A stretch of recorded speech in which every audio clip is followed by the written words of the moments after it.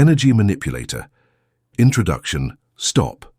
Before you settle into another promise about manifesting your dreams, before you prepare to hear the same recycled formulas about positive thinking and vision boards, I need you to understand something fundamental. This is not another manifestation book. This is not about attracting anything. This is about remembering what you already are. For too long, you've been told that you're incomplete, that you need to draw something toward you from the outside, that you're separate from what you desire. You've been taught to beg the universe, to align your chakras, to raise your vibration, to become worthy of receiving what you want. But what if all of that is backwards? What if the very act of trying to attract something is proof that you don't understand how creation actually works? Right now, as you listen to these words, you are not a seeker hoping to manifest a better life. You are a field of consciousness, a living frequency, a walking vibration that is constantly emitting signals into the quantum field of infinite possibility. You don't attract your reality. You emit it. You don't manifest your desires. You remember them. You don't become what you want. You recognize what you already are. The field that surrounds you, the invisible matrix of energy and information that quantum physicists are just beginning to understand, doesn't respond to your wishes or your wants. It responds to your being. It echoes back to you not what you think you deserve, not what you hope to achieve, but what you actually are in the depths of your consciousness. This is why most manifestation techniques fail. They're based on the illusion of separation, the false belief that you are here and your desires are there, and somehow you need to bridge that gap through effort, technique, or spiritual practice. But the truth is far more radical and far simpler. There is no gap. There is no separation. There is only you, recognizing yourself in the mirror of reality. Every person in your life, every circumstance you encounter, every challenge you face, every opportunity that appears, is not coming to you from outside. It's emerging from within you, from the field of consciousness that you are, reflecting back to you the exact frequency you're broadcasting, whether you're aware of it or not. Your body knows this truth even when your mind doesn't. Your nervous system is constantly reading the field, picking up information, sensing what's coming before your conscious mind has any idea. Your emotions are not reactions to what happens to you. They are the creative force that writes the script of what will happen to you. Your thoughts are not private events locked inside your head. They are frequencies that shape the very fabric of your experience. This understanding changes everything. When you realize that you're not trying to get something from life but expressing something as life, when you understand that you're not attracting experiences but emitting them, when you recognize that you're not becoming someone new but remembering who you've always been, the entire game changes. You stop chasing. You start being. You stop asking. You start knowing. You stop hoping. You start embodying. You stop trying to convince the universe to give you what you want. You start recognizing that you are the universe, experiencing itself through the unique perspective that is you. But here's what makes this journey challenging. Your mind has been programmed to believe in limitation, separation, and scarcity. Your nervous system has been conditioned to expect struggle, disappointment, and lack. Your emotional patterns have been shaped by years of believing that you're not enough, that you don't deserve good things, that life is hard, and then you will die. These programs are running in the background of your consciousness like malware on a computer, constantly broadcasting signals that create experiences you don't consciously want. They're the reason you keep attracting the same types of relationships, the same financial struggles, the same health challenges, the same emotional patterns. Not because you're cursed or unlucky, but because you're unconsciously emitting the frequency that creates these experiences. The journey we're about to take together is not about learning new techniques or acquiring more knowledge. It's about debugging your consciousness, clearing the interference, and returning to the pure signal of what you actually are. It's about recognizing the inner gatekeeper that's been blocking what you ask for, understanding why the mirror of reality never lies to you, and learning to emit the frequency of what you desire instead of the frequency of what you fear. You'll discover why your body knows before you do, why coherence is the language of creation, and why what you see in the world is always a reflection of who you are. You'll understand why doubt is the silent saboteur that undermines every conscious intention, and why emotion is the script that reality performs without question. Most importantly, you'll remember that you were never looking for anything outside yourself. You were always remembering what was already within you, recognizing your own infinite nature reflected in the experiences you call your life. This is not about becoming someone different. This is about being who you actually are. This is not about attracting a better life. This is about emitting the frequency of the life that's already yours. This is not about manifesting your desires. This is about recognizing that your desires are the universe's way of calling you home to yourself. Are you ready to stop attracting and start emitting? Are you ready to remember what you've always been? Then let's begin this journey into the truth of what you are, of what. Chapter 1. The field doesn't lie. It echoes what you really are. Imagine for a moment that you're standing in front of the most sophisticated mirror ever created. This mirror doesn't just reflect your physical appearance. It reflects your thoughts, your emotions, your beliefs, your fears, your unconscious patterns, and your deepest assumptions about life. It shows you not what you pretend to be, but what you actually are in the core of your being. This mirror exists. It's called reality. And it never lies. The field of consciousness that surrounds you, the quantum matrix that physicists are discovering, underlies all physical reality, is constantly reading your internal state and reflecting it back to you as your external experience. It doesn't judge what it finds. It doesn't edit or improve or make suggestions. It simply echoes back to you the exact frequency you're broadcasting from the depths of your being. Most people don't understand this because they're focused on the surface level of their consciousness. They're aware of their conscious thoughts, their stated desires, and their good intentions. They think positive thoughts, set clear goals, and visualize their dreams. Then they wonder why their reality doesn't match their conscious efforts. But the field doesn't respond to your surface consciousness. It responds to your total consciousness, including all the parts you're not aware of, all the beliefs you inherited without questioning, all the emotional patterns you developed in childhood, and all the unconscious assumptions you've never examined. Think of your consciousness like an iceberg. The part above water, the part you're aware of, represents maybe 10% of what's actually there. The other 90%, the part below the surface, is what's really creating your reality. And most of that 90% was programmed before you were old enough to choose what to believe. By the time you were 7 years old, your subconscious mind had already downloaded the basic operating system that would run your life. You absorbed beliefs about money, relationships, success, health, spirituality, and your own worth from your parents, teachers, and culture. These beliefs became the invisible foundation of your consciousness, the background frequency that you broadcast into the field every moment of every day. The field reads this total signal, not just the conscious part. So you might consciously desire abundance while unconsciously believing that money is the root of all evil. You might consciously want love while unconsciously believing that you're not worthy of being loved. You might consciously seek success while unconsciously believing that you don't deserve good things.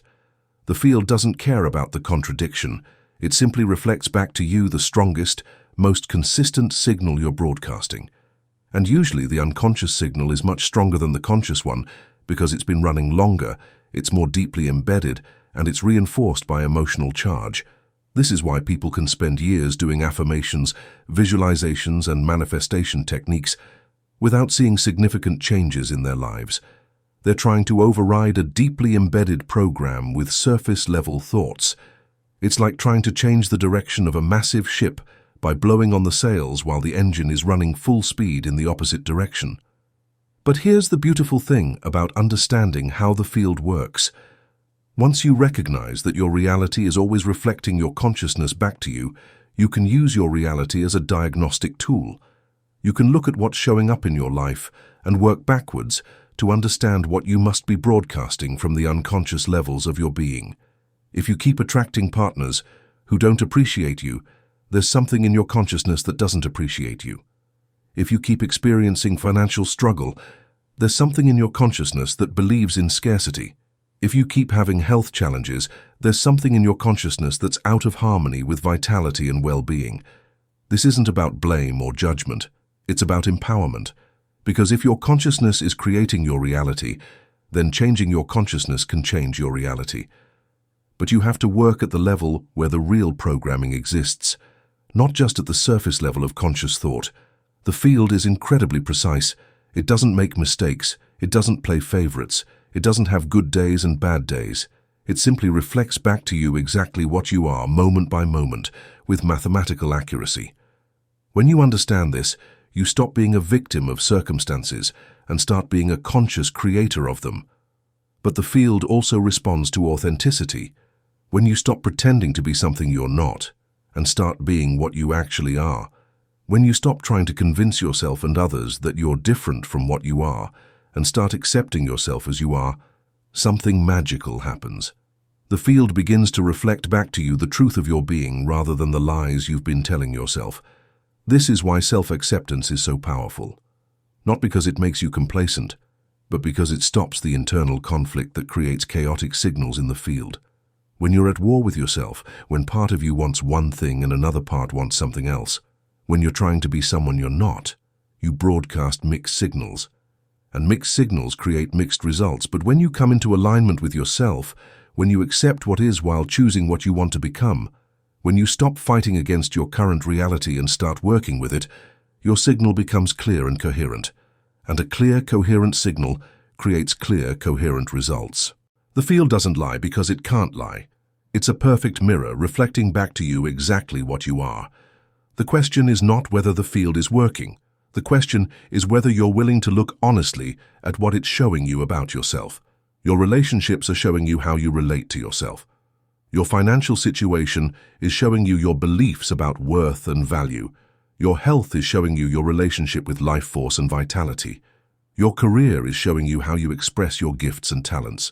Your entire life is a perfect reflection of your consciousness, broadcast into the field and echoed back to you as experience. When you truly understand this, you stop trying to change your circumstances and start working on your consciousness. You stop blaming others for your problems and start taking responsibility for your creative power. You stop being surprised by what shows up in your life and start recognizing it as the perfect reflection of what you've been broadcasting. The field doesn't lie. It echoes what you really are. And when you're ready to see yourself clearly, to accept what is while choosing what you want to become, to work with the field instead of against it, your life becomes a conscious creation instead of an unconscious reaction. This is the first step in the journey from attracting to emitting. Understanding that you're not separate from what you experience, but that you are the source of what you experience. The field is not outside you, waiting to give you what you want. The field is you, reflecting back to you what you are. Chapter 2. Stop attracting, start emitting. The word attract implies that you're over here, and what you want is over there, and somehow you need to pull it toward you across the space that separates you.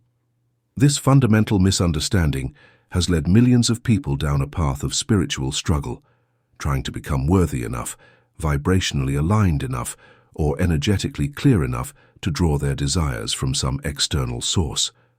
But what if there is no external source? What if there is no separation? What if you're not trying to attract anything because you're already everything? The shift from attracting to emitting is not just a change in technique. It's a complete revolution in how you understand yourself and your relationship to reality. When you attract, you're operating from a consciousness of lack, believing that you don't have what you want and need to get it from somewhere else. When you emit, you're operating from a consciousness of wholeness, recognizing that what you seek is already within you, waiting to be expressed. Think about the sun. The sun doesn't attract light. The sun emits light. It doesn't try to become bright. It is bright. It doesn't hope that light will come to it from somewhere else. Light radiates from its very being, because that's what the sun is. The sun is not separate from light. The sun is light, expressing itself as radiance. You are the same. You are not separate from love, abundance, health, joy, or any other quality you desire. You are these qualities, expressing themselves through the unique form that is you. But you've been conditioned to believe that these qualities exist outside you, that you need to earn them, attract them, or become worthy of them. This conditioning creates a fundamental split in your consciousness. Part of you knows that you are infinite, unlimited, divine, but another part of you believes that you're small, separate, lacking. This split creates internal conflict, and internal conflict creates chaotic signals in the field. You end up broadcasting mixed messages, wanting abundance while feeling unworthy, desiring love while believing you're unlovable, seeking health while carrying patterns of dis-ease. The field responds to your total signal, not just the part you're conscious of. So even though you might consciously desire something, if you're unconsciously emitting the frequency of its absence, that's what you'll experience. You'll keep attracting evidence that you don't have what you want because that's the signal you're actually broadcasting. But when you shift from attracting to emitting, everything changes. Instead of trying to get love, you become love. Instead of trying to attract abundance, you embody abundance. Instead of hoping for health, you emit vitality.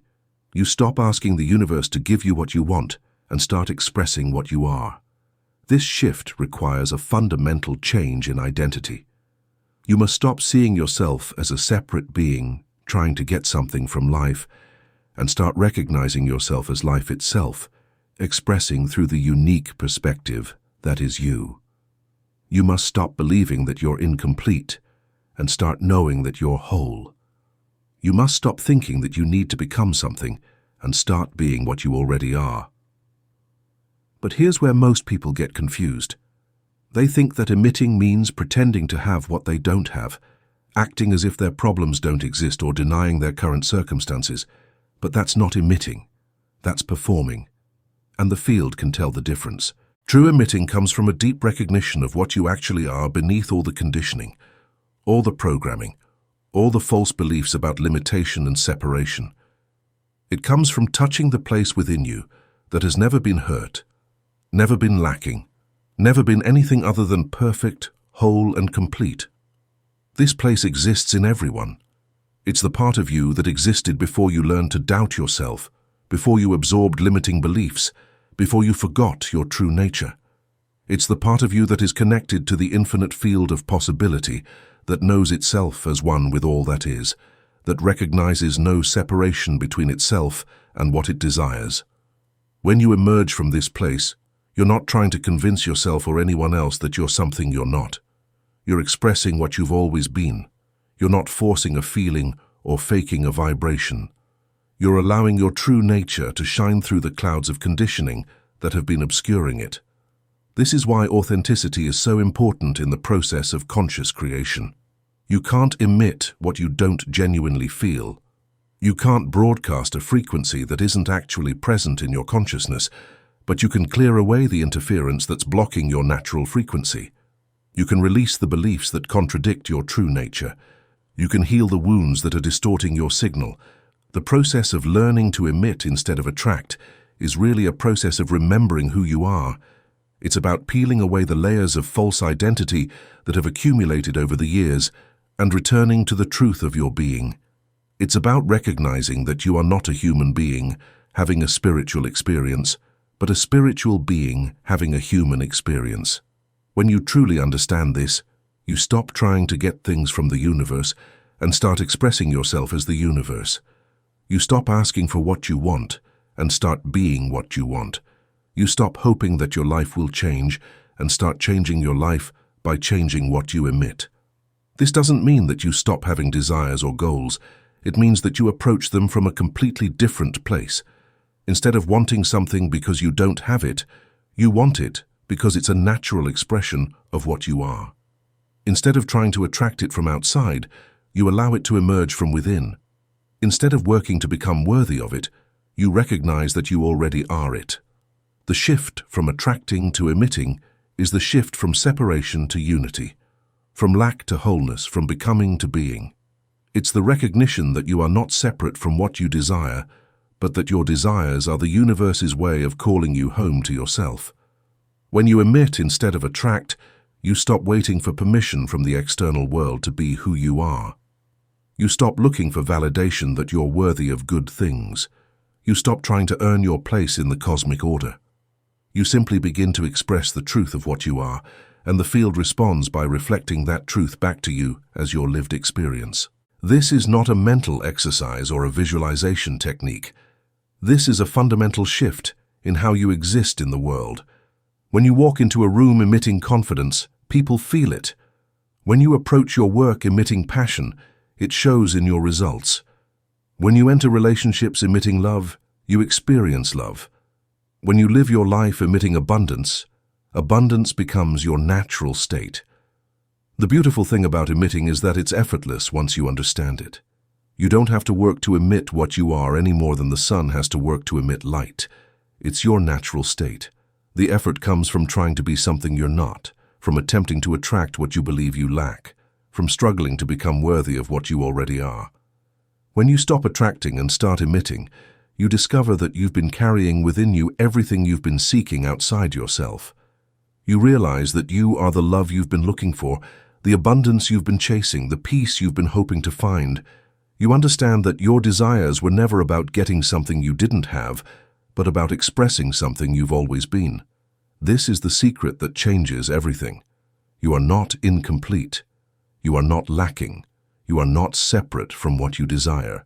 You are the very thing you seek, temporarily forgetting itself, playing the game of rediscovery. And when you remember this truth, when you stop attracting and start emitting, your life becomes a celebration of what you are, rather than a struggle to become what you think you should be. Chapter 3. The body knows before you do. Your body is not just a vehicle for your consciousness. It's not just flesh and bone carrying around your thoughts and emotions.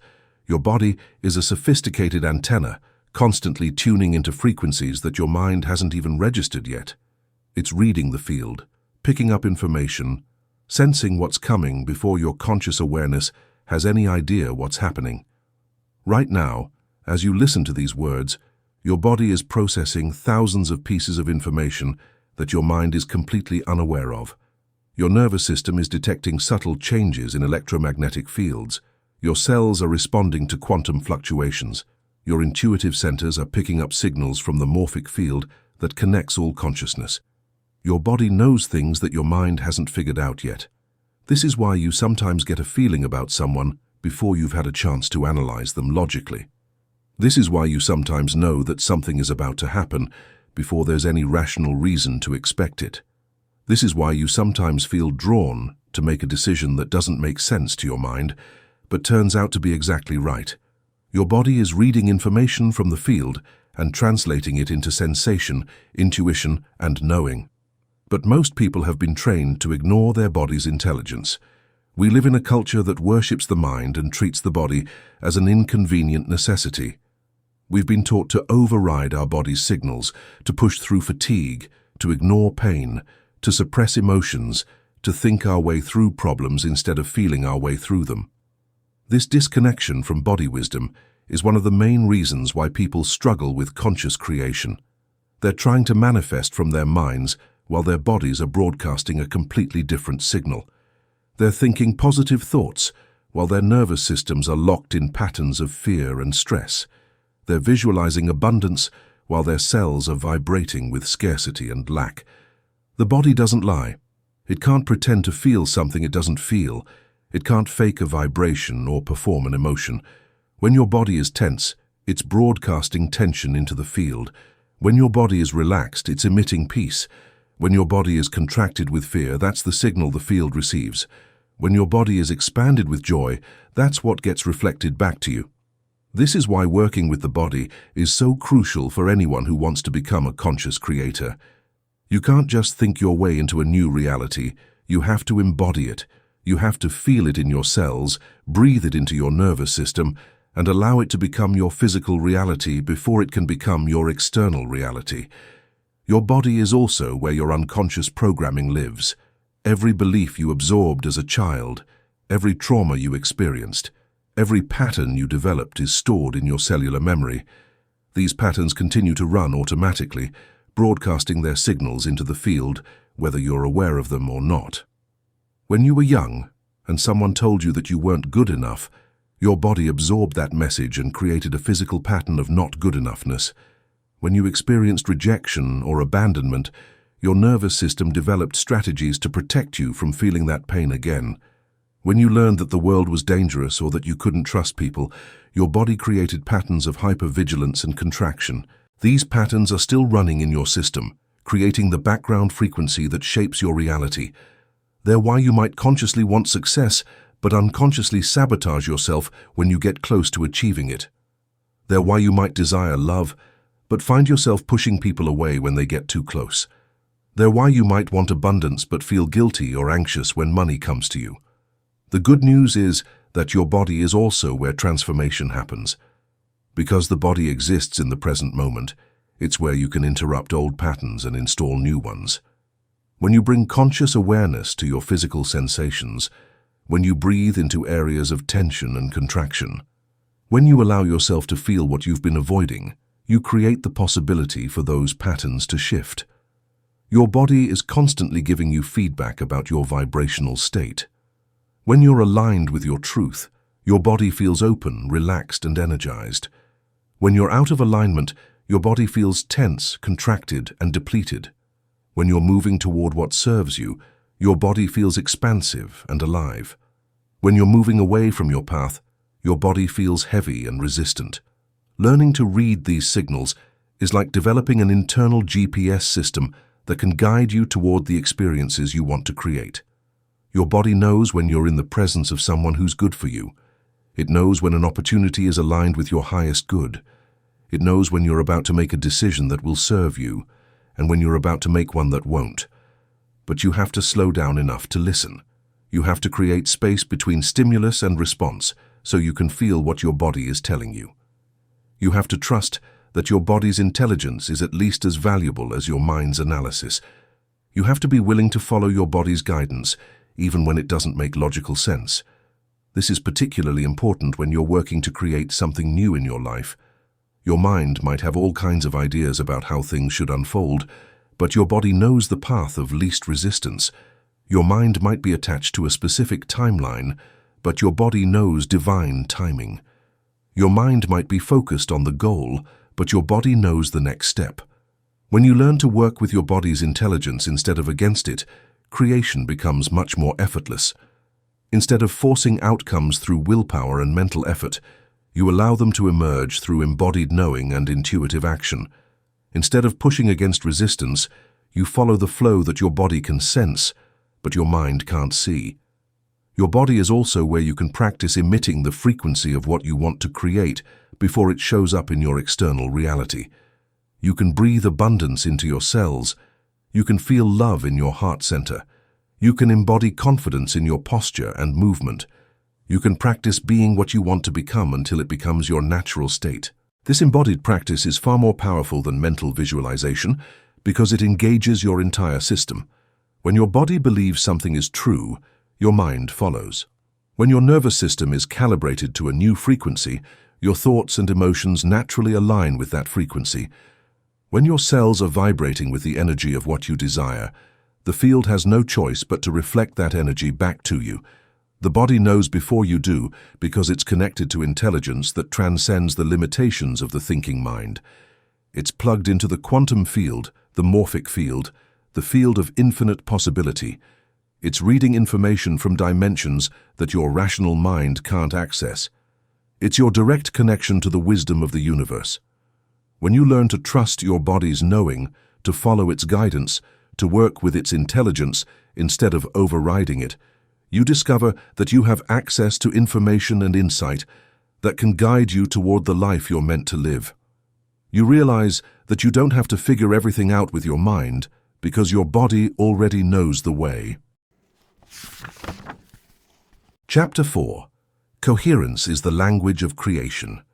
When you try to tune into a radio station while someone is continuously changing the frequency, you might get clear music 1 minute, then static, then another station, then more static. This is what most people experience in their consciousness most of the time, and it explains why their attempts at conscious creation yield such inconsistent results. Coherence is when all parts of your being are aligned and broadcasting the same signal. It's when your thoughts, emotions, beliefs, and actions are all pointing in the same direction. It's when there's no internal conflict, no mixed messages, no part of you wanting one thing while another part wants something else. When you achieve coherence, you become a clear, powerful transmitter, and the field responds with matching clarity and power. Most people live in a state of incoherence without even realizing it. They want abundance while feeling unworthy of it. They desire love while believing they're unlovable. They seek health while carrying stress and tension in their bodies. They ask for success while secretly fearing failure. They're broadcasting multiple conflicting signals simultaneously, and the field responds by giving them mixed, confusing, or contradictory results. Think of coherence like a laser versus a light bulb. A light bulb emits photons in all directions, creating diffuse illumination that can light up a room but has no focused power. A laser emits photons in perfect alignment, all moving in the same direction with the same frequency, creating a beam so focused it can cut through steel. The difference is not the amount of energy, but the coherence of that energy. When your consciousness is coherent, when all parts of your being are aligned with what you want to create, you become like a laser. Your creative power becomes focused, concentrated, irresistible. The field has no choice but to respond because you're giving it a clear, consistent signal with no interference or contradiction. But achieving coherence is not just about thinking positive thoughts or visualizing your goals. It requires addressing the deeper levels of your consciousness where conflicting programs might be running. It means healing the parts of you that don't believe you deserve what you want. It means resolving the internal conflicts that create mixed signals.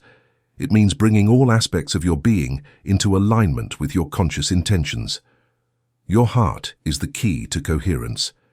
Scientists have discovered that the heart generates the strongest electromagnetic field in the body, 50 times stronger than the brain. When your heart is in a state of coherence, when you're feeling genuine emotions like love, gratitude, appreciation, or compassion, it creates a coherent electromagnetic field that influences every cell in your body and extends several feet beyond your physical form. This heart coherence is not just a nice feeling. It's a measurable physiological state that optimizes your entire system. When your heart is coherent, your brain waves become more ordered, your nervous system balances, your immune function improves, and your ability to think clearly and make good decisions increases dramatically. You literally become more intelligent, more creative, more intuitive when your heart is in coherence. But heart coherence also affects your ability to create your reality. When your heart is generating a coherent field, it acts like a powerful transmitter, broadcasting your intentions into the quantum field with clarity and strength.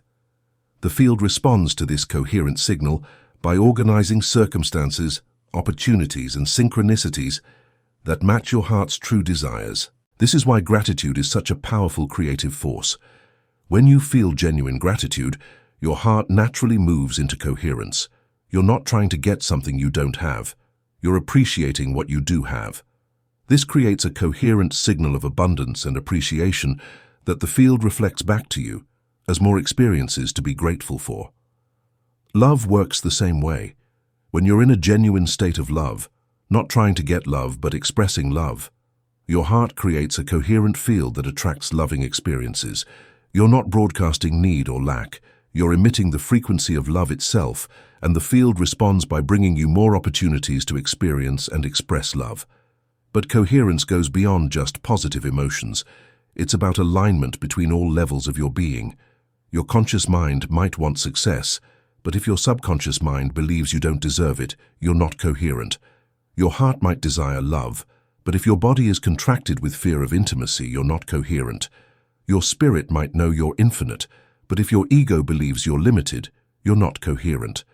Creating coherence requires honest self-examination.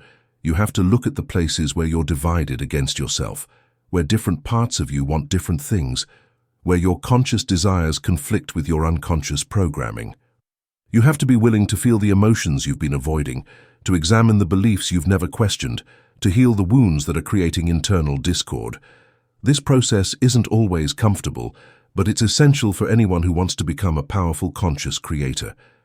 You can't emit a clear signal while you're internally conflicted. You can't create coherent results while you're broadcasting incoherent messages.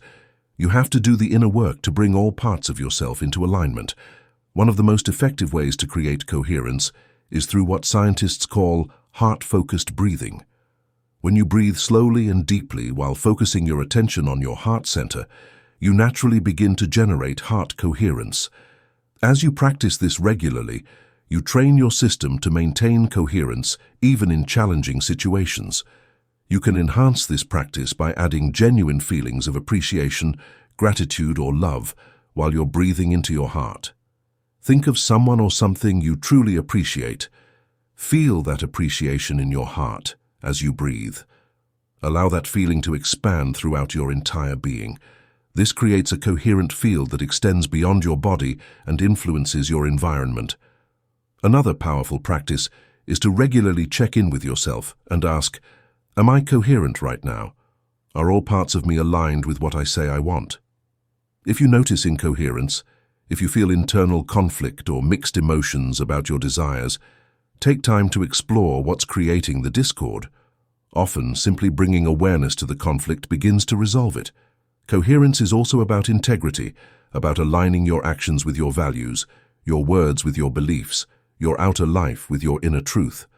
When there's a gap between who you are and how you're living, you create incoherence that interferes with your creative power.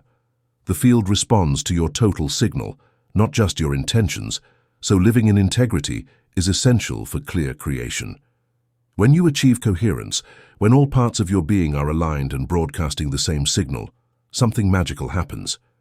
Your creative power multiplies exponentially. Synchronicities increase. Opportunities appear. The right people show up at the right time. Obstacles dissolve. What seemed impossible becomes inevitable. This is because coherence is the language of creation. The universe itself operates through coherent patterns, from the spiral of galaxies to the structure of DNA. When you align yourself with this fundamental principle, when you become coherent in your own being, you harmonize with the creative force of the universe itself. Coherence is not a destination, but a practice. It's something you cultivate moment by moment, choice by choice, breath by breath. The more you practice it, the more natural it becomes. The more natural it becomes, the more powerful your creative abilities become.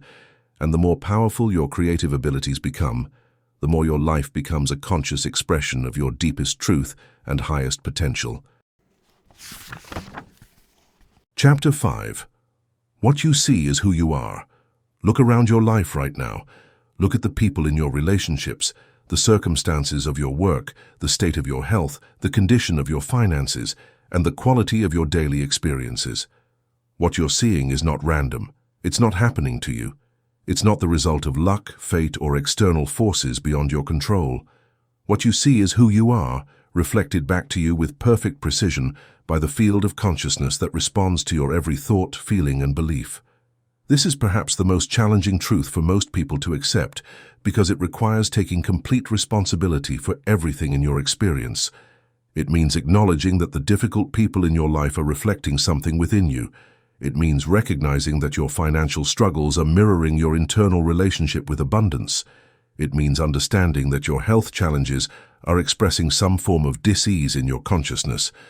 But this truth is also the most liberating because it means you have the power to change everything. If what you see is who you are, then changing who you are will change what you see. If your external reality is a reflection of your internal reality, then transforming your inner world will transform your outer world. The mechanism behind this principle is what psychologists call projection. You don't see the world as it is. You see the world as you are. Your perception is filtered through your beliefs, your experiences, your emotional patterns, and your unconscious programming. You literally cannot see anything that doesn't already exist in some form within your own consciousness. When you look at someone and see them as untrustworthy, you're seeing your own capacity for untrustworthiness or your own fear of being betrayed. When you look at a situation and see it as hopeless, you're seeing your own feelings of hopelessness. When you look at the world and see scarcity, competition, and struggle, you're seeing the scarcity, competition, and struggle that exist within your own consciousness. This doesn't mean that external circumstances don't exist or that everything is just in your imagination. It means that your perception of those circumstances is always filtered through your own consciousness. And that consciousness is what determines your experience of reality. Two people can look at the exact same situation and have completely different experiences of it because they're seeing it through different filters of consciousness. More importantly, the field of consciousness that creates your reality responds not to what's actually happening but to your perception of what's happening. If you perceive a threat, the field creates threatening experiences. If you perceive opportunity, the field creates opportunities. If you perceive love, the field reflects love back to you. If you perceive a lack, the field mirrors that lack in your circumstances. This is why changing your perception is so powerful. When you change how you see, you change what you experience. When you shift your perspective, you shift your reality. When you transform your inner vision, you transform your outer world. But here's what most people don't understand about this process. You can't just decide to see things differently at the surface level of your mind. You can't just think positive thoughts about negative situations and expect them to change. The perception that creates your reality comes from much deeper levels of consciousness, from the core beliefs and emotional patterns that were formed early in your life. If you grew up in an environment where love was conditional, where you had to perform or achieve to be accepted, you developed a deep pattern of seeing yourself as not good enough. This pattern becomes a filter through which you see everything. You see rejection where others see neutral responses. You see criticism where others see helpful feedback. You see evidence of your inadequacy where others see normal human imperfection.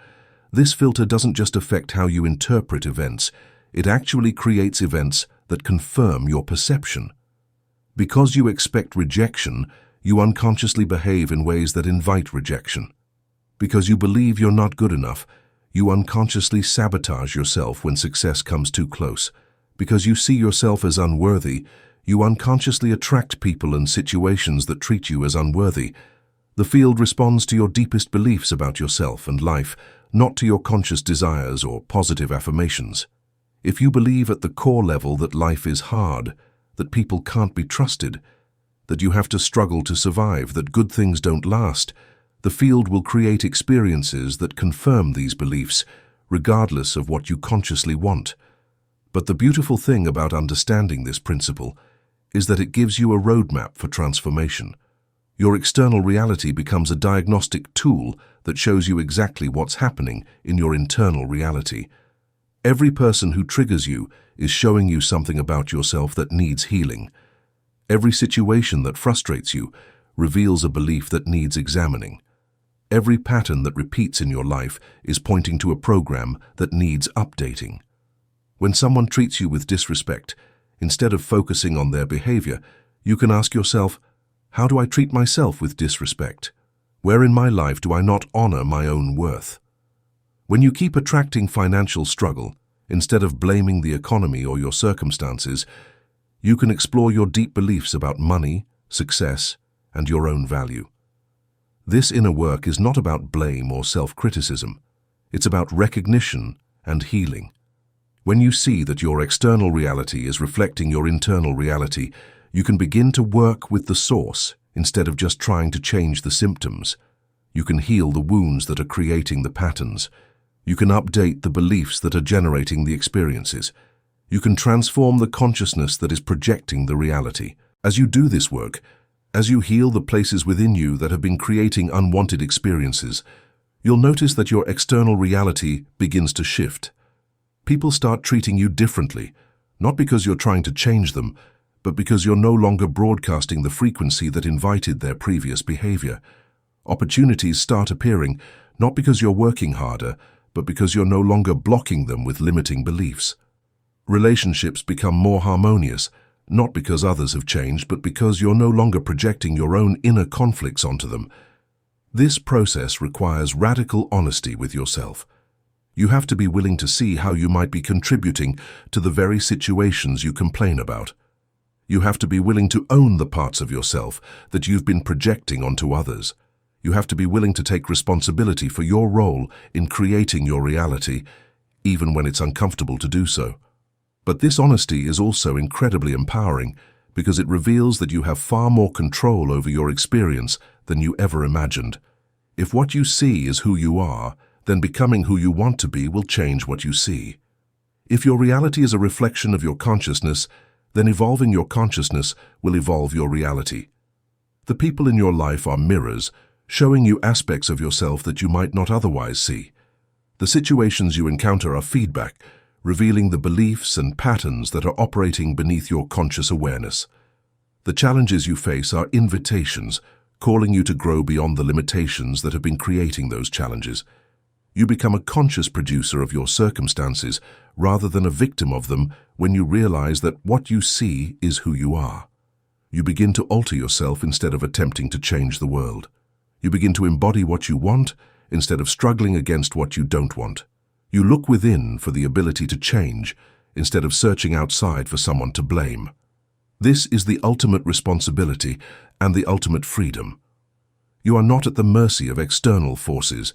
You are the creative force, expressing itself through your consciousness and experiencing itself through your reality. What you see is who you are, and who you are is infinitely capable of becoming who you choose to be. Chapter 6. The Inner Gatekeeper. Why you keep blocking what you ask for. Deep within your consciousness lives a guardian that most people never meet face to face. This inner gatekeeper has been with you since childhood, silently determining what you're allowed to receive, what you're permitted to experience, and what you're worthy of having in your life. It operates below the threshold of your conscious awareness, making decisions about your reality based on programs that were installed long before you had the wisdom to choose what to believe about yourself and the world. This guardian is not malevolent. It's not an attempt to ruin your joy or prevent you from achieving your goals. Actually, it thinks it's keeping you safe. Your subconscious developed it as a survival technique to protect you from the hurt, rejection, and disappointment you either witnessed or experienced throughout your formative years. However, what protected you as a youngster now restricts you as an adult. Every time you ask for something new, every time you reach for a bigger life, every time you step toward your dreams, this inner gatekeeper evaluates whether it's safe for you to have what you're asking for. It checks your request against its database of beliefs about what you deserve, what's possible for someone like you, and what the consequences might be of getting what you want. And if your request doesn't pass its security clearance, it blocks it. This blocking doesn't happen through conscious resistance. You don't wake up in the morning and decide to sabotage your own success. The gatekeeper operates through unconscious mechanisms that are far more subtle and far more powerful than conscious resistance. It creates internal conflicts that generate mixed signals in the field. It activates old emotional patterns that lower your vibration. It triggers behaviors that push away the very things you're trying to attract. For example, you might consciously desire a loving relationship, while your inner gatekeeper believes that love leads to pain and abandonment. So every time you get close to someone who could truly love you, the gatekeeper activates patterns of fear, jealousy, or withdrawal that sabotage the relationship. You end up pushing away the love you say you want because your gatekeeper has determined that it's not safe for you to have it. Or you might consciously want financial abundance while your gatekeeper believes that money corrupts people or that you don't deserve wealth. So every time you start to succeed financially, the gatekeeper creates anxiety, guilt, or self-destructive behaviors that undermine your progress. You find ways to lose the money, avoid opportunities, or sabotage your success because your gatekeeper has decided that abundance is dangerous for you. The gatekeeper's beliefs were formed during your most impressionable years, when your young mind was absorbing messages about life, love, money, success, and your own worth. If you grew up in a family where money was scarce and associated with stress, your gatekeeper learned that money equals suffering. If you experienced love as conditional or painful, your gatekeeper learned that love equals danger. If you were criticized or shamed for being too big, too bright, or too much, your gatekeeper learned that visibility equals vulnerability. These early experiences created what psychologists call core wounds, deep beliefs about yourself and the world that shape your entire approach to life. The gatekeeper's job is to make sure you never experience those wounds again, even if it means preventing you from experiencing the joy, love, and success that you consciously desire. The gatekeeper is particularly active around what it perceives as your upper limits, the maximum amount of good that it believes you can safely handle. These upper limits are different for everyone and in different areas of life. You might have a high upper limit for professional success, but a low upper limit for personal happiness. You might be comfortable with moderate abundance, but terrified of true wealth. You might be fine with casual relationships, but panic when real intimacy becomes possible. When you approach one of these upper limits, the gatekeeper sounds the alarm. It floods your system with anxiety, doubt, or fear. It whispers stories about why you don't deserve what you're reaching for, why it won't last, why you'll be hurt or disappointed. It creates internal chaos that disrupts your ability to maintain the clear, coherent signal necessary for conscious creation. This is why so many people experience what seems like self-sabotage just when they're about to achieve their goals. They're not actually sabotaging themselves. They're bumping up against their gatekeeper's upper limits and experiencing the protective mechanisms that were designed to keep them safe, but are now keeping them small.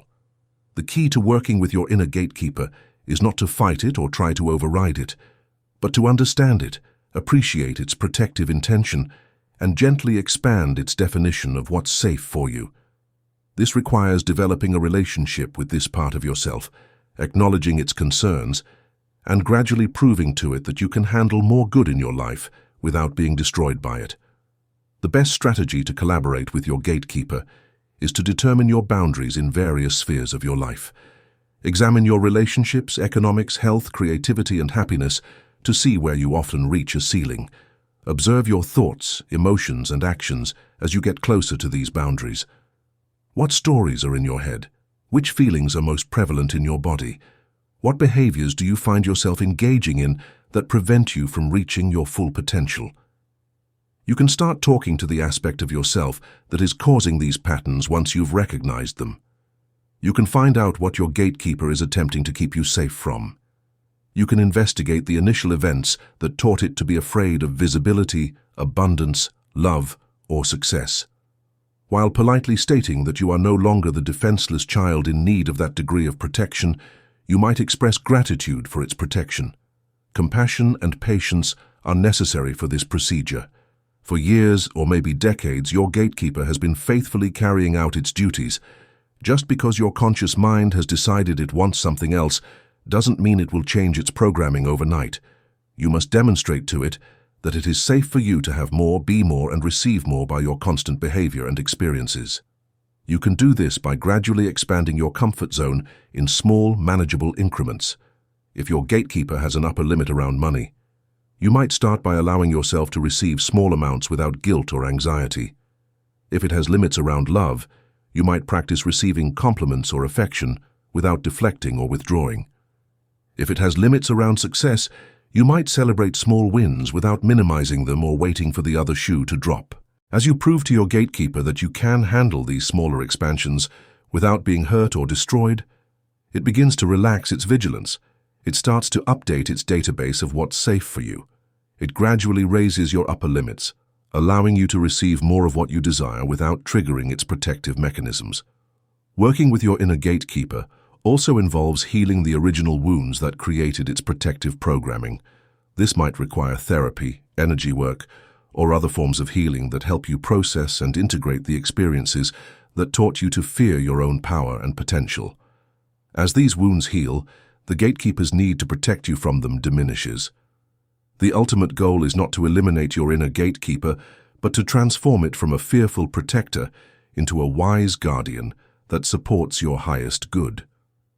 When this transformation occurs, the gatekeeper becomes an ally in your conscious creation process, helping you discern what truly serves you while allowing you to receive all the good that life has to offer.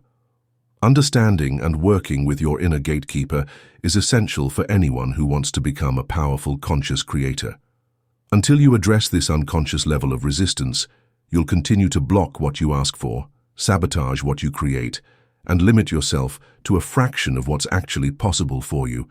But when you heal this relationship, when you expand these limits, when you prove to yourself that you can safely handle more good in your life, your capacity for conscious creation expands exponentially. Chapter 7. The mirror will not lie to you. Reality is the most honest mirror you will ever encounter. It doesn't flatter you with false reflections. It doesn't hide your flaws or exaggerate your virtues. It doesn't tell you what you want to hear or spare your feelings. It simply shows you exactly what you are, moment by moment, with unwavering accuracy and perfect precision. This mirror reflects not just your conscious thoughts and intentions, but the totality of your consciousness. It shows you your hidden beliefs, your suppressed emotions, your unconscious patterns, your deepest fears, and your most secret desires. It reveals the parts of yourself that you've been trying to hide, even from yourself. It exposes the contradictions between what you say you want and what you actually believe you deserve. Most people don't like what they see in this mirror, so they spend their lives trying to change the reflection instead of changing themselves. They blame their circumstances on other people, bad luck, unfair systems, or forces beyond their control. They focus on fixing their external problems while ignoring the internal patterns that created those problems. They try to manipulate their environment while remaining unconscious of the consciousness that's creating their environment. But the mirror will not be fooled. You cannot change your reflection by arguing with it, fighting it, or pretending it's not there. You cannot create lasting change in your external reality without addressing the internal reality that's generating it. The mirror will continue to show you the truth of what you are until you're ready to see it, accept it, and work with it. This is both the challenge and the gift of conscious living. The challenge is that you must face yourself honestly, without the comfortable illusions that most people use to avoid taking responsibility for their lives. You must acknowledge that your relationships are reflecting your relationship with yourself, that your financial situation is mirroring your beliefs about worth and value, that your health is expressing your relationship with life force and vitality. The gift is that once you understand how the mirror works, you have a precise feedback system that can guide you toward the life you truly want to create. Every experience becomes information about your consciousness. Every person who triggers you reveals something about yourself that needs healing. Every pattern that repeats in your life points to a belief that needs examining. Every challenge you face shows you where you need to grow. When you stop fighting the mirror and start learning from it, your entire relationship with life transforms. Instead of being a victim of circumstances, you become a student of consciousness. Instead of feeling powerless to change your situation, you recognize that you have the ultimate power to change yourself. Instead of waiting for the world to be different, you begin the work of becoming different yourself. The mirror shows you not only your current state of consciousness, but also your potential for growth. Every challenge is an invitation to expand beyond your current limitations. Every difficult person is a teacher showing you where you need to develop more compassion, boundaries, or self-love. Every obstacle is an opportunity to discover strengths and resources you didn't know you had. But reading the mirror accurately requires developing what spiritual teachers call witness consciousness, the ability to observe your life with detachment and objectivity. This doesn't mean becoming cold or disconnected.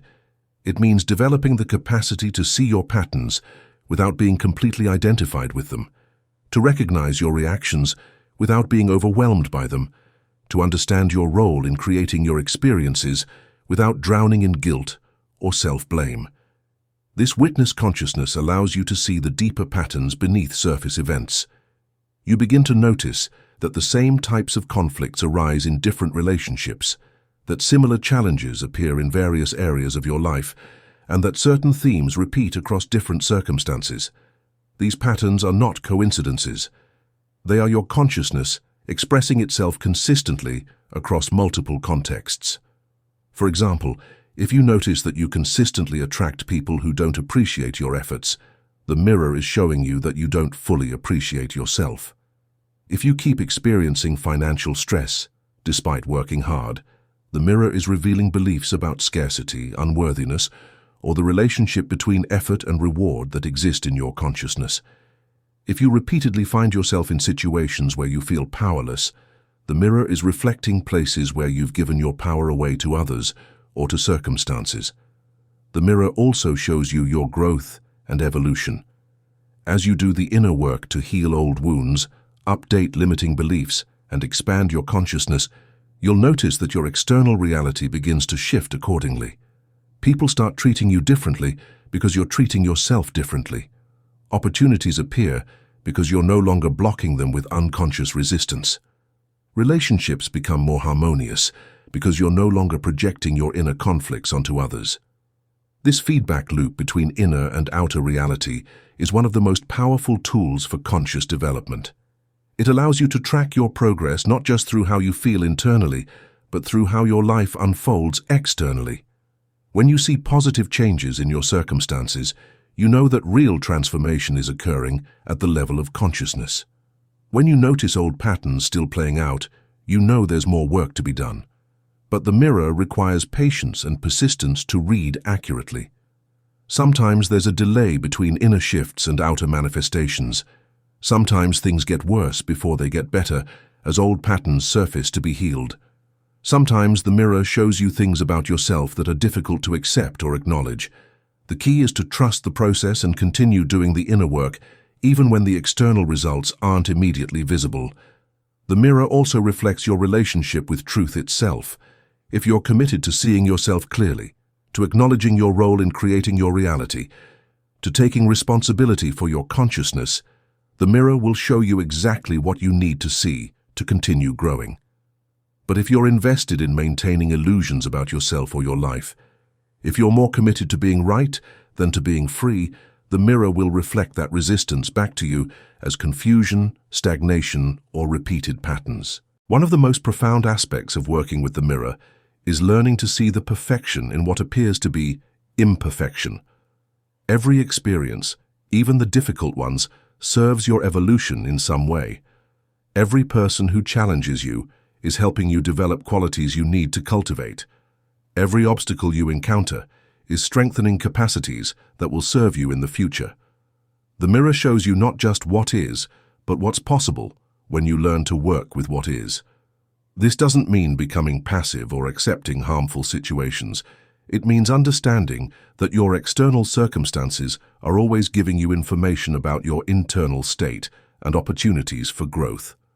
When you can see this information clearly, when you can receive the feedback without defensiveness or denial, you can make the internal adjustments that will create external changes. The mirror will not lie to you because it cannot lie to you. It's simply the natural law of consciousness expressing itself as experience.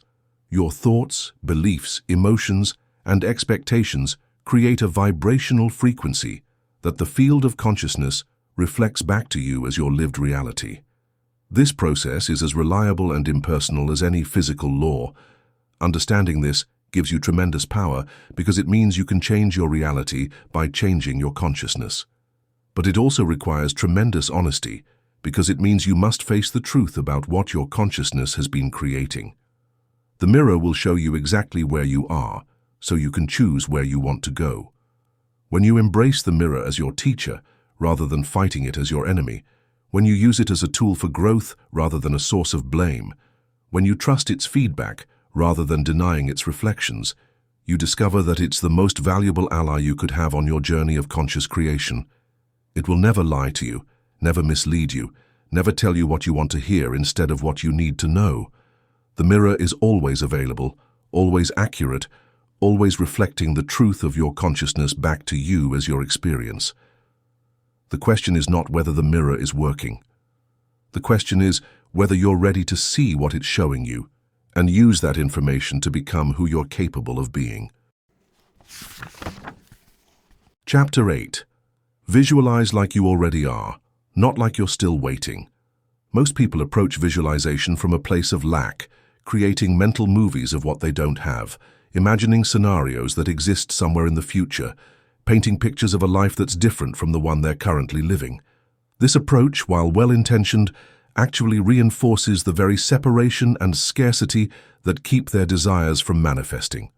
When you visualize from lack, when you create images of what you want because you don't have it, you're broadcasting the frequency of not having it. You're affirming your current state of separation from your desires. You're telling the field that what you want exists somewhere else, sometime else, for someone else, but not here, not now, not for you. The field responds to this signal by maintaining the gap between you and what you desire. It keeps your dreams in the future because that's where your consciousness has placed them. It maintains the separation because that's what your visualization is actually affirming, despite your conscious intentions. But there's a completely different way to approach visualization, a way that collapses the gap between desire and fulfillment, between dreaming and being, between wanting and having. Instead of visualizing what you want to attract, you visualize from the state of already being what you desire. Instead of imagining a future where you have what you want, you imagine from the present moment of already having it. This shift is not just semantic, it's a fundamental change in the consciousness from which you're creating. When you visualize like you already are what you desire, you're not trying to get something from outside yourself. You're expressing something that already exists within yourself. You're not reaching for a future state, you're embodying a present reality. Think about the difference between imagining yourself as someone who wants to be confident and imagining yourself as someone who is confident. When you visualize wanting confidence, you're affirming that you don't have it. When you visualize being confident, you're activating the confidence that already exists within you. The first approach reinforces the lack. The second approach activates presence. This is why the most powerful visualization happens not when you're trying to create something new, but when you're remembering something that's always been true. You're not manufacturing confidence out of nothing. You're accessing the confidence that's your natural state when fear and doubt are not present. You're not creating love from scratch. You're removing the barriers to the love that you are. When you visualize like you already are, you're not performing for the universe or trying to convince it to give you what you want. You're simply being what you are and allowing that being to express itself through your imagination. You're not asking for permission to be happy, successful, loved, or abundant. You're giving yourself permission to experience these states right now, in this moment, through the power of your consciousness. This approach requires a fundamental shift in identity.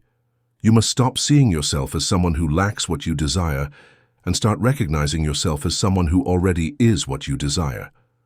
You must stop believing that you need to become something different and start knowing that you need only to express what you already are. But this shift can't be forced or faked. You can't just decide to feel abundant if you're deeply identified with scarcity. You can't just choose to feel loved if you're convinced you're unlovable. You can't just pretend to be confident if you're overwhelmed by self-doubt. The visualization must emerge from a genuine recognition of what's already true about you beneath all the conditioning and programming. This is where the practice becomes both an art and a science. You must learn to touch the place within you that has never been lacking, never been broken, never been anything other than whole and complete. You must access the part of your consciousness that exists before and beyond all the stories you've told yourself about limitation and separation. This place exists in everyone. It's the part of you that existed before you learned to doubt yourself, before you absorbed limiting beliefs, before you forgot your true nature. It's the part of you that is connected to infinite possibility, that knows itself as one with all that is, that recognizes no separation between itself and what it desires. When you visualize from this place, when you imagine from this state of wholeness and completion, your visualization becomes a form of remembering rather than wanting. You're not trying to create something new. You're allowing something eternal to express itself through your consciousness. You're not reaching for a future state. You're embodying a timeless truth. This kind of visualization feels different from the effortful, striving kind that most people practice. It feels natural, effortless, like coming home to yourself. There's no sense in trying to convince yourself of something that isn't true. There's only the recognition of something that has always been true, but perhaps forgotten or obscured. When you visualize like you already are, you're not just creating mental pictures, you're activating dormant potentials within your consciousness. You're awakening capacities that have been sleeping. You're remembering abilities that you've always had but perhaps never accessed. You're not becoming someone new. You're becoming more fully yourself. This approach also changes the emotional quality of your visualization. Instead of the longing, yearning, or desperation that often accompanies wanting-based visualization, you experience satisfaction, fulfillment, and gratitude. You're not imagining what you hope to have someday. You're appreciating what you recognize you already are. The field responds to this completely different signal.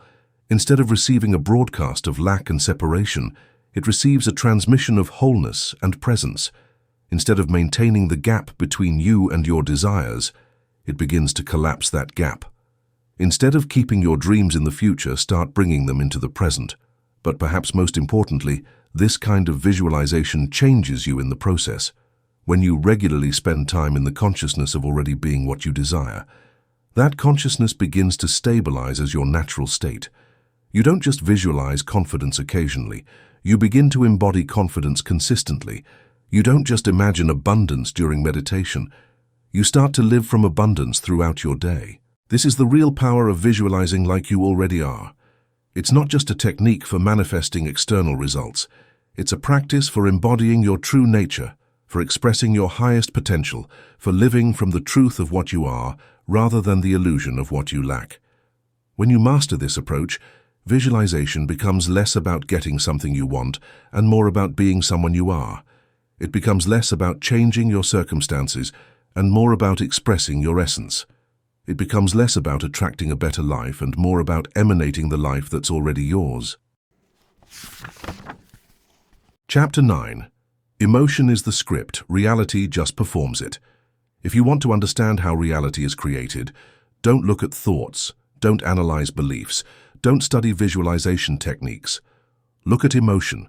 Emotion is the creative force that writes the script of your experience, and reality is simply the faithful actor that performs whatever script you've written without question, without judgment, without deviation. Most people have this backwards. They think that emotions are reactions to what happens to them, responses to external circumstances, and effects of the events in their lives. They believe that they feel happy because good things happen, sad because bad things occur, angry because they've been wronged, and fearful because they're in danger. But this understanding keeps them trapped in a reactive cycle, forever at the mercy of circumstances beyond their control. The truth is far more empowering and far more radical. Emotions are not reactions to your reality. Emotions are the creative force that generates your reality.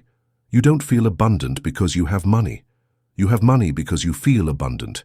You don't feel loved because people treat you well. People treat you well because you feel loved. You don't feel confident because you succeed. You succeed because you feel confident. Emotion is the language that the field of consciousness understands most clearly. While your thoughts might be confused, contradictory, or constantly changing, your emotions carry a pure vibrational signal that the field can read and respond to with perfect accuracy. When you feel fear, the field creates fearful experiences. When you feel joy, the field manifests joyful circumstances. When you feel grateful, the field brings you more to be grateful for. This is why people who are naturally optimistic tend to have better lives, why those who expect good things tend to receive them, and why individuals who feel worthy tend to be treated with respect. It's not because they're lucky or privileged or somehow special. It's because their emotional state is writing a script that reality performs with unwavering consistency. But here's what most people don't understand about this process. The emotions that create your reality are not the surface emotions that you're consciously aware of. They're the deeper emotional patterns that run in the background of your consciousness, the feeling tones that you carry most of the time, the emotional atmosphere that surrounds you even when you're not paying attention to it. You might consciously feel excited about a new opportunity while unconsciously carrying a deep pattern of unworthiness that sabotages your success. You might think positive thoughts about love while emotionally vibrating with the fear of abandonment that pushes people away. You might visualize abundance while feeling the chronic anxiety about money that keeps you in financial struggle. The field responds to the strongest, most consistent emotional signal you're broadcasting, not to the temporary emotions you experience in response to specific events. If your baseline emotional state is anxiety, worry, and fear, that's the script that reality will perform, regardless of your conscious desires or positive thinking efforts. This is why emotional healing is so crucial for anyone who wants to become a conscious creator. You can't just think your way into a new reality. You have to feel your way into it. You have to address the emotional patterns that are writing the script of your current experience and consciously choose new emotions that will write a different script. But changing your emotional patterns is not about forcing yourself to feel differently or pretending to have emotions you don't actually have. The field can tell the difference between authentic emotion and performed emotion. Fake positivity doesn't create positive results. Forced gratitude doesn't generate abundance. Artificial confidence doesn't produce success. True emotional transformation happens when you heal the wounds that created the limiting emotional patterns in the first place. When you resolve the childhood trauma that taught you to feel unworthy, the feeling of unworthiness naturally dissolves and is replaced by your natural state of inherent worth. When you heal the abandonment wound that created your fear of intimacy, the fear dissolves and is replaced by your natural capacity for love and connection. This healing process often involves feeling the emotions you've been avoiding, processing the pain you've been suppressing, and allowing yourself to experience the full range of human emotion without judgment or resistance.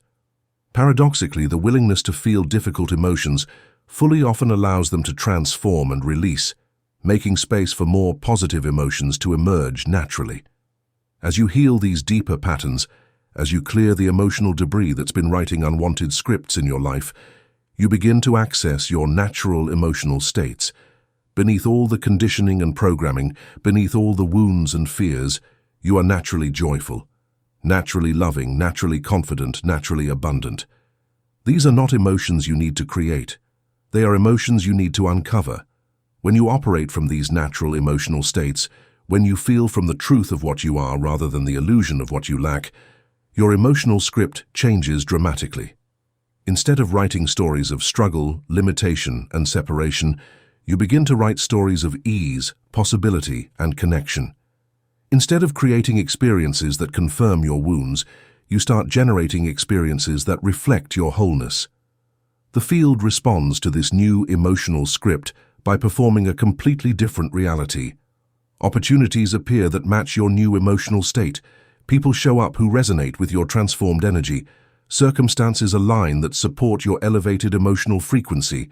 Your external world reorganizes itself to match your internal emotional transformation. But this process requires consistency and patience. You can't just feel good for a few minutes during meditation and expect your entire life to change. You have to cultivate these positive emotional states as your new baseline, your default setting, your natural way of being in the world. You have to practice feeling abundant until abundance becomes your emotional home. You have to embody love until love becomes your natural frequency. Daily emotional practices are crucial for this reason. To preserve emotional well-being and creative potential, you must train your emotional body in the same way that you may exercise your physical body. This could include visualization exercises that elicit feelings of joy and fulfillment, meditation techniques that provide inner peace, or gratitude practices that foster appreciation. Regardless of your present situation, the secret is to select feelings that are consistent with the reality you wish to build, and then consistently practice experiencing those feelings. Pretending that issues don't exist, or ignoring your present reality, are not the goals here. Understanding that your emotional state is the creative force influencing your future reality is the key. You become the author of your experience rather than a victim of your circumstances when you realize that emotion is the script and reality is only the performance. You begin feeling better so that your life may change rather than waiting for it to change. You begin to use your emotional state to determine your external occurrences instead of allowing them to dictate your emotional state. The capacity to choose your emotional state in any situation, to create the story of your life with the emotions you develop, and to guide the performance of reality with the feelings you embody is the ultimate creative power. You become the conscious creator of your own experience once you have mastered this power, when you become aware of the sentiments you are generating and deliberate about the ones you are broadcasting. Emotion writes the screenplay, and reality always follows it. The question is whether you're actively writing that script or not, whether you're actively choosing your emotions or allowing them to be determined by your circumstances, and whether you're actively directing the performance of your life or passively watching it play out. Chapter 10. Doubt is the silent saboteur. There is a voice in your mind so subtle, so familiar, so seemingly reasonable, that you barely notice it's there. It doesn't scream or shout or demand attention. It whispers, it suggests. It plants tiny seeds of uncertainty that grow into forests of limitation. This voice is doubt, and it is the silent saboteur that undermines every conscious intention, every positive affirmation, every attempt at deliberate creation. Doubt is not dramatic. It doesn't announce itself with fanfare or obvious resistance. It operates in the shadows of your consciousness, quietly eroding your confidence, gradually weakening your resolve, slowly convincing you that what you want is impossible, impractical, or not meant for you. It's the voice that says, "But what if?" when you're feeling hopeful. Be realistic when you're dreaming big. That's not how the world works. When you're imagining possibilities. Most people don't recognize doubt as the creative force that it is. They think of it as a natural, even healthy response to uncertainty. They believe that doubt keeps them grounded, protects them from disappointment, and helps them make rational decisions. But doubt is not neutral. Doubt is not protective. Doubt is a creative force that generates experiences of limitation, lack, and failure with the same precision that faith generates experiences of abundance, possibility, and success. When you doubt, you're not just questioning whether something is possible. You're actively creating the conditions that make it impossible. You're broadcasting a signal into the field that says, "I don't believe this can happen," and the field responds by ensuring that it doesn't happen. You're writing a script of limitation with your doubt, and reality performs that script with perfect fidelity. The insidious nature of doubt is that it often masquerades as wisdom, realism, or common sense. It tells you that you're being smart by not getting your hopes up, that you're being responsible by considering all the ways things could go wrong, that you're being mature by accepting limitations as facts rather than choices. But this apparent wisdom is actually a form of unconscious creation that keeps you trapped in cycles of mediocrity and disappointment. Doubt operates through a mechanism that psychologists call confirmation bias. Once you doubt something is possible, your mind begins to filter reality to find evidence that supports that doubt. You notice all the reasons why your dreams won't work, while overlooking the opportunities that could make them happen. You focus on the obstacles while missing the solutions. You collect evidence of limitation while ignoring proof of possibility.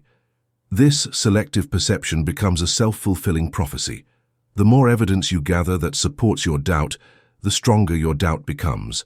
The stronger your doubt becomes, the more it influences your decisions, your actions, and your energy. You stop taking risks, stop pursuing opportunities, stop believing in yourself.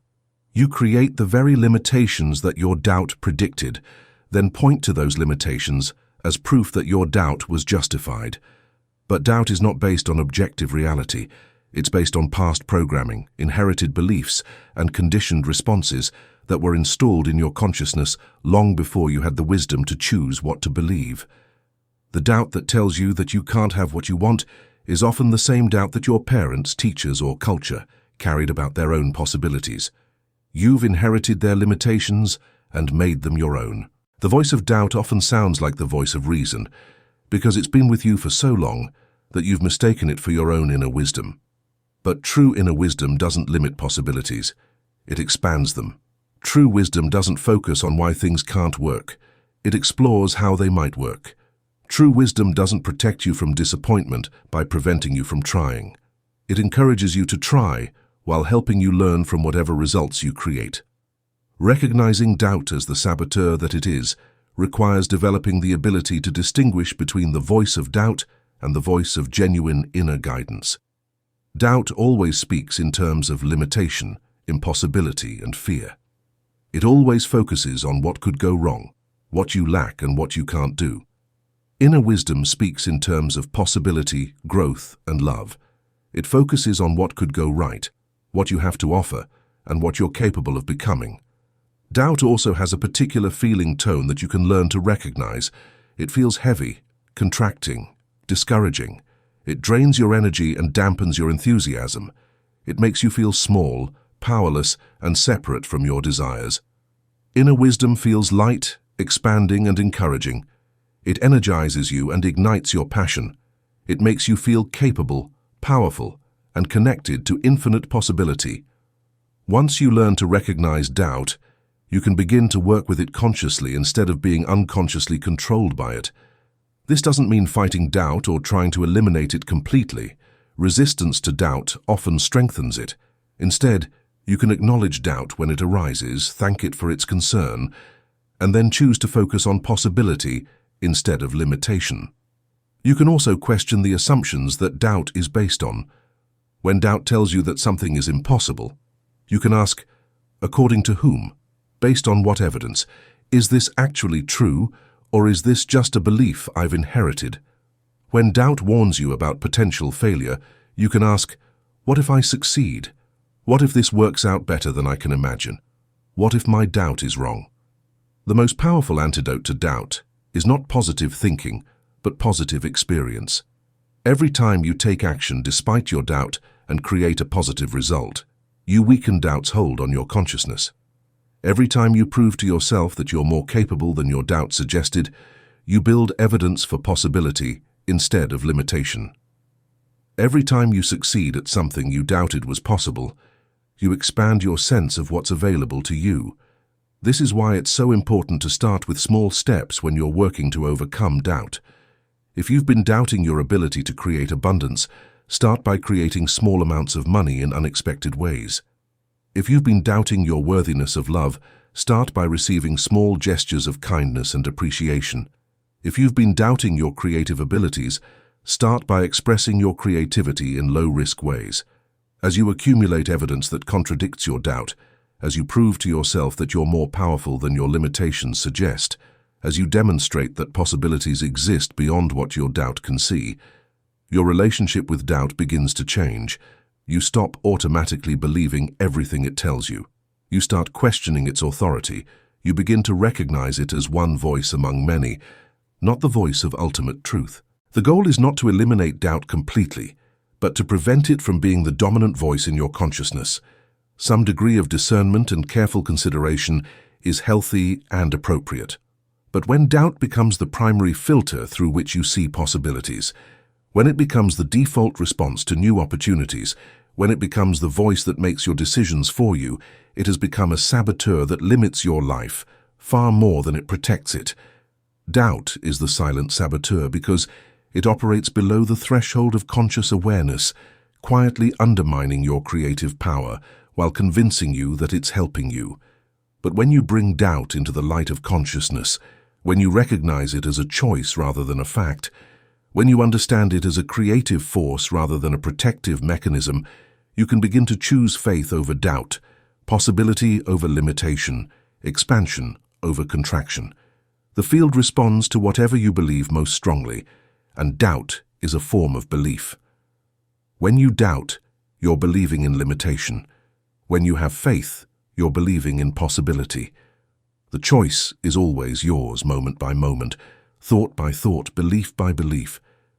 The question is whether you'll let doubt write the script of your life, or whether you'll choose to write a different script based on faith, possibility, and the recognition of your infinite creative power. Chapter 11. You were never looking. You were remembering. There's a profound shift that happens when you realize that everything you've been seeking outside yourself has always existed within you. All the love you've been trying to attract, all the abundance you've been working to manifest, all the peace you've been hoping to find, all the joy you've been chasing, all the success you've been striving for, has never been absent from you. You were never actually looking for these things. You were remembering them. This understanding changes everything about the spiritual journey, about personal development, about conscious creation. It means you're not broken and in need of fixing. You're not incomplete and in need of completion. You're not lacking and in need of fulfillment. You're whole, complete and abundant by nature, temporarily forgetting your true nature, playing the cosmic game of hide and seek with yourself. The seeking itself is what creates the illusion of separation from what you seek. When you look for love outside yourself, you affirm that love is not within you. When you chase abundance in the external world, you declare that abundance is not your natural state. When you search for peace in circumstances, relationships, or achievements, You confirm that peace is not your essence. But what if the very thing you're seeking is the one who's doing the seeking? What if the love you want to attract is the love that you are? What if the abundance you're trying to manifest is the abundance that you've always been? What if the peace you're hoping to find is the peace that is your deepest nature? This is not a metaphor or a spiritual platitude. This is the literal truth of what you are. Beneath all the conditioning, beneath all the programming, beneath all the stories you've told yourself about limitation and separation, you are pure consciousness, infinite potential, unlimited creative power. You are the very qualities you've been seeking, temporarily disguised as someone who doesn't have them. The journey of conscious creation, then, is not about becoming something you're not. It's about remembering what you've always been. It's not about acquiring qualities you lack. It's about uncovering qualities that have been obscured by false beliefs and limiting patterns. It's not about attracting experiences from outside yourself. It's about expressing experiences from within yourself.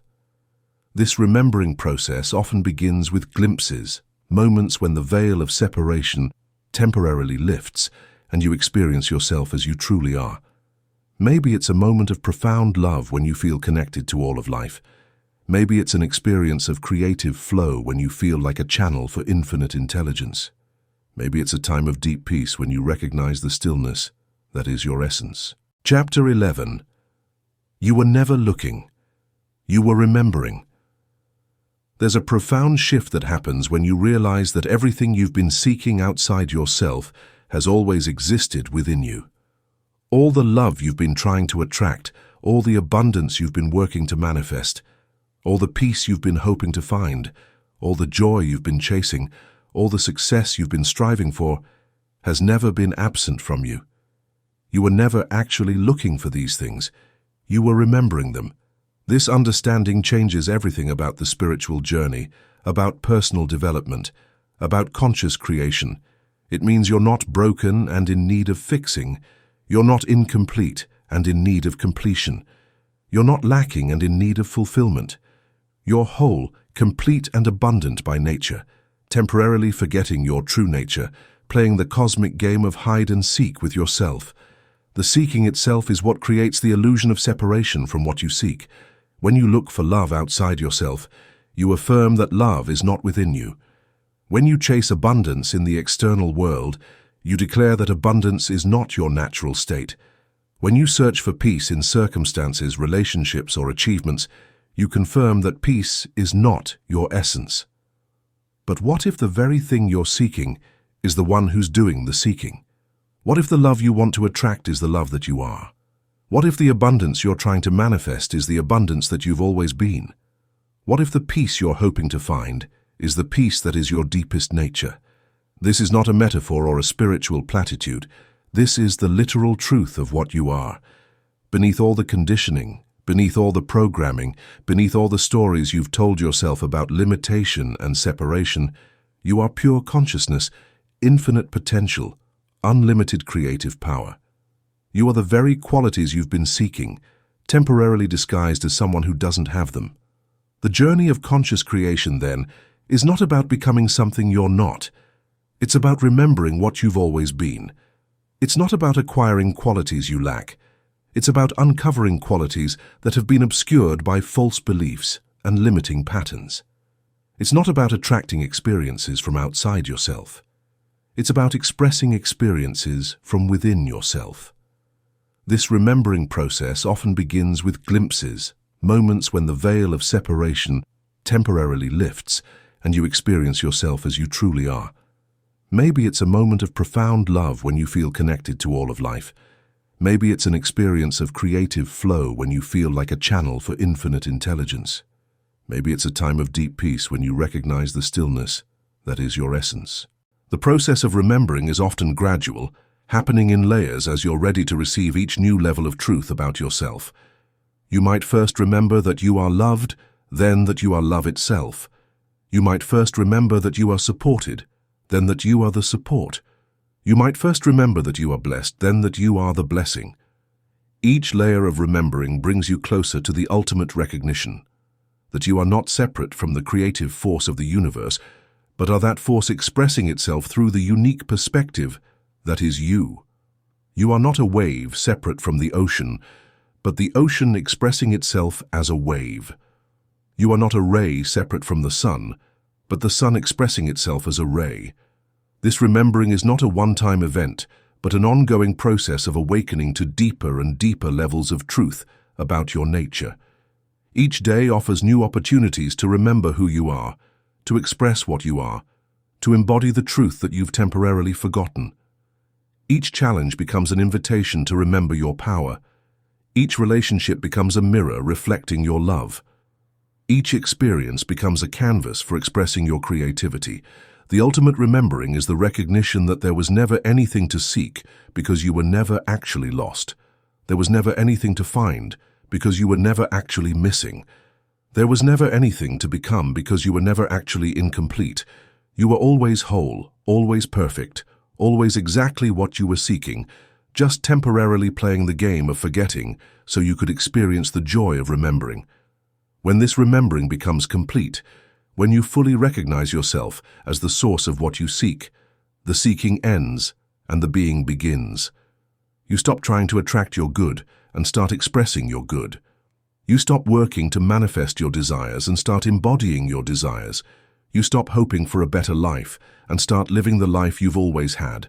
This is the end of the spiritual search and the beginning of spiritual expression.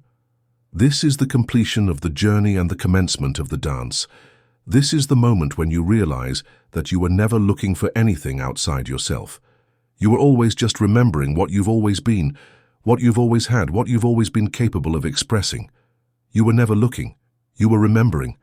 And now that you remember, the real adventure begins. Conclusion. The field responds to what you are, not what you want. As we reach the end of this journey together, I want you to feel the profound shift that has occurred in your understanding.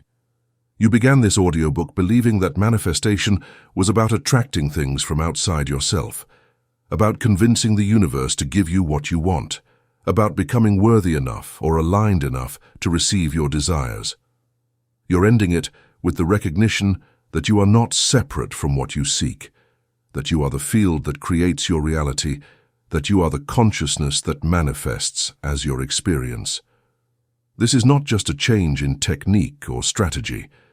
This is a fundamental transformation in how you understand yourself and your relationship to reality. You now know that you are not a separate being trying to get something from life, but life itself expressing through the unique perspective that is you. You understand that you don't attract your reality, you emit it. You don't manifest your desires, you embody them. You don't become what you want, you remember what you are. The field of consciousness that surrounds you and creates your experience doesn't respond to your wishes, your wants, your hopes, or your dreams. It responds to what you are, to the frequency you're broadcasting, to the consciousness you're embodying, to the truth you're expressing in each moment. It's not listening to your words or analyzing your intentions. It's reading your vibrational signature and reflecting it back to you as your lived experience. This means that all the techniques, all the methods, all the practices of conscious creation are really just ways of helping you remember and embody what you already are. Visualization works not because it sends messages to the universe, but because it helps you experience yourself as already being what you desire. Affirmations work not because they convince external forces to help you, but because they remind you of truths about your nature that you've forgotten.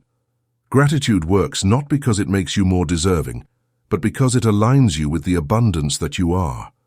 The body knows before you do because it's connected to intelligence that transcends the limitations of the thinking mind.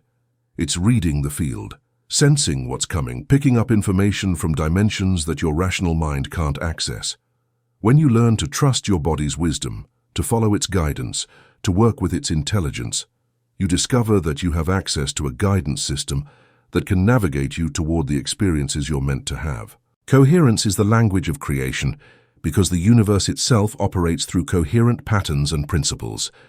When you align all aspects of your being, when you eliminate internal conflicts and mixed signals, when you become a clear, focused transmitter of your intentions, The field has no choice but to respond with matching clarity and power. You become like a laser instead of a light bulb, concentrating your creative force into an irresistible beam of manifestation. What you see is who you are because reality is always a perfect mirror, reflecting back to you the exact contents of your consciousness. Every person who triggers you is showing you something about yourself that needs healing. Every situation that frustrates you reveals a belief that needs examining. Every pattern that repeats in your life is pointing to a program that needs updating. The mirror never lies, and when you learn to read it accurately, it becomes your most valuable teacher. The inner gatekeeper that blocks what you ask for is not your enemy, but a part of yourself that was created to protect you from the pain and disappointment you experienced in your early years. This gatekeeper operates below the threshold of conscious awareness, determining what you're allowed to receive based on old programming about what's safe for you to have. Working with this gatekeeper, expanding its definition of what's safe, proving to it that you can handle more good in your life, is essential for anyone who wants to become a powerful, conscious creator. When you visualize like you already are, instead of like you're still waiting, you collapse the gap between desire and fulfillment. You stop affirming separation and start embodying unity. You stop reaching for a future state and start expressing a present reality.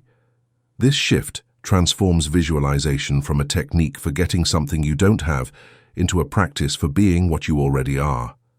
Emotion is the script that reality performs because the field responds most directly to your feeling states. Your emotions are not reactions to your circumstances, but the creative force that generates your circumstances. When you understand this, you stop waiting for your life to change so you can feel better and start feeling better so your life can change. You become the conscious author of your emotional script instead of an unconscious victim of emotional reactions. Doubt is the silent saboteur that undermines every conscious intention because it operates below the threshold of awareness, quietly eroding your confidence and gradually convincing you that what you want is impossible. Learning to recognize doubt, to distinguish it from genuine inner wisdom, to question its assumptions and choose faith over limitation is crucial for maintaining the clear signal necessary for conscious creation. And finally, you were never looking for anything outside yourself because everything you've been seeking has always existed within you. The love, abundance, peace, joy, and success you've been chasing are not external rewards to be earned but internal realities to be remembered. You are not incomplete and in need of completion. You are whole, perfect, and complete by nature, temporarily forgetting your true identity, playing the cosmic game of rediscovery. This understanding changes everything about how you approach life. You stop being a seeker and start being an expresser. You stop trying to attract your good and start emitting your good. You stop working to become someone different and start being who you've always been. You stop asking the universe for what you want and start expressing what you are. But this transformation is not a one-time event. It's an ongoing process of remembering, embodying, and expressing your true nature. Each day offers new opportunities to practice being what you are instead of trying to get what you want. Each challenge becomes a chance to remember your power. Each relationship becomes a mirror for your love. Each experience becomes a canvas for your creativity. The field will always respond to what you are, not what you want. This is both the challenge and the gift of conscious living. The challenge is that you must become what you desire instead of just wanting it. You must embody abundance instead of just hoping for it. You must love instead of just seeking it. You must express peace instead of just wishing for it. The gift is that when you align with this truth, when you stop trying to get something from life and start expressing something as life, when you remember that you are the field that creates your reality, your creative power becomes unlimited. You discover that you are not at the mercy of external circumstances, but the conscious creator of them. You realize that you are not separate from what you seek, but the very thing you've been seeking. This is not another manifestation book because manifestation implies separation between you and what you desire. This is a remembering book, a recognition book, an awakening book. It's an invitation to remember what you've always been, to recognize what you've always had, to awaken to the truth that you've always been the very thing you've been looking for. The field responds to what you are. The question is no longer how to get what you want. The question is, who will you choose to be? What frequency will you choose to emit? What reality will you choose to create through the consciousness you embody? You are not a human being having a spiritual experience. You are a spiritual being having a human experience. You are not a wave separate from the ocean. You are the ocean expressing itself as a wave. You are not a seeker looking for truth. You are truth itself, awakening to its own nature. The field is waiting for you to remember who you are. Reality is ready to reflect back to you the truth of your being. The universe is prepared to respond to the frequency of your authentic self. Stop attracting. Start emitting. Stop seeking. Start being. Stop wanting. Start expressing. You are the field. You are the frequency. You are the creative force that shapes reality through the power of your consciousness. Remember this truth, embody this truth, live this truth, and watch as your world transforms to match the magnificent reality of who you truly are.